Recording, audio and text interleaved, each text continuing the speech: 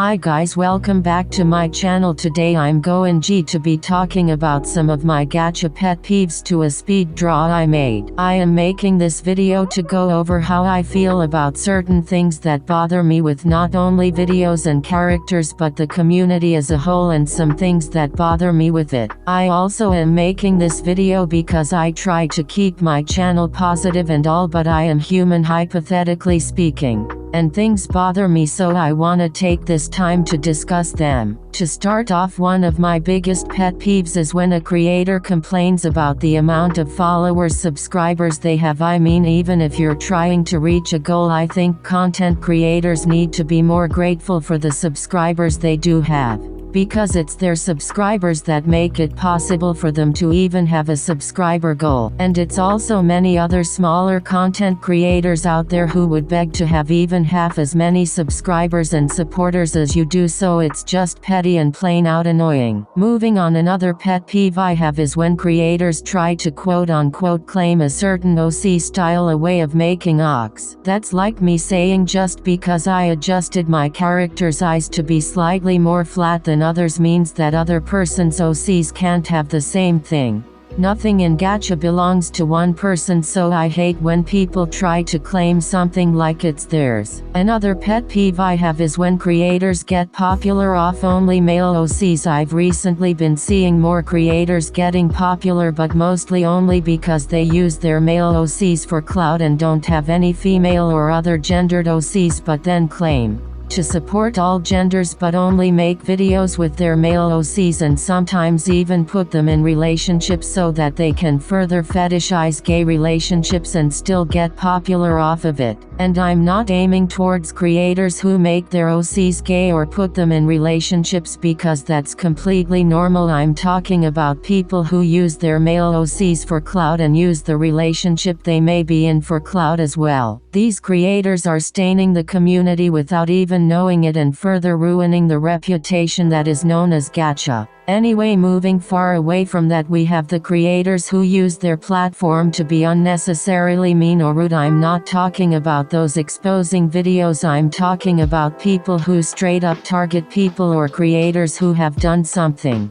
probably and go off on them using cursing and bad words without considering their audience's age, as well as the fact that gacha is made for kids. So no matter which way you paint this, these creators are wrong, even if the person they are calling out is bad or has done a bad thing. And some of these people don't even put TW cursing or something, like they just go right at this person. Anyway, the next one is creators who make mostly small videos or quote-unquote $ hit posts. I have no problem with small funny videos or whatever. The truth is, I've consumed a good amount of these myself, but when creators only make these type of videos, it degrades people who actually make gacha videos. What I mean is, it degrades people who spend hours on their videos and get overthrown by a person who made a 16-second funny video to a TikTok.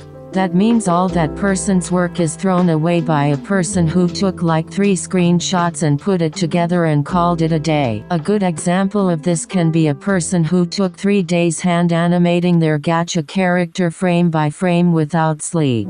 If you guys don't know, frame by frame animation is one of the hardest animation styles ever made. Compare this to a person who threw 10 screenshots together and threw an audio on top of it and got twofold the amount of views as the person who spent actual time and probably money on the hand animated video. It's not fair, and it makes the creator feel bad because nobody is noticing them. And the sad thing is that people are consuming these videos instead of videos that take actual time. And a real-life example of an animator who wasn't getting the attention they deserved was Nisa Chu. She is an ex-gacha creator who now does all her own animations, but when she did do gacha animations, they would only get 1 to 2K views. Compare this to 16-second video that ends up getting probably 36 to 50K views at the least. The numbers don't add up, and it isn't fair. All I want is for people to take noticeably into creators who actually put time and effort into videos.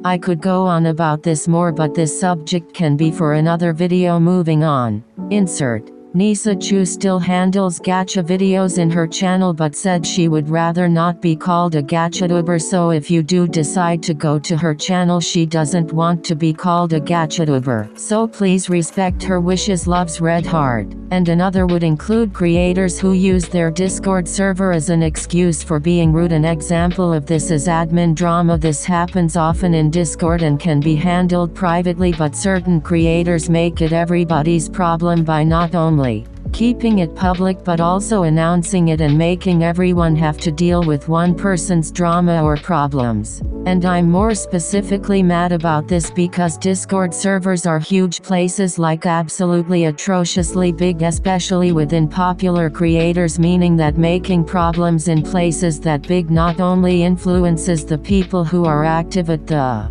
time but the whole server.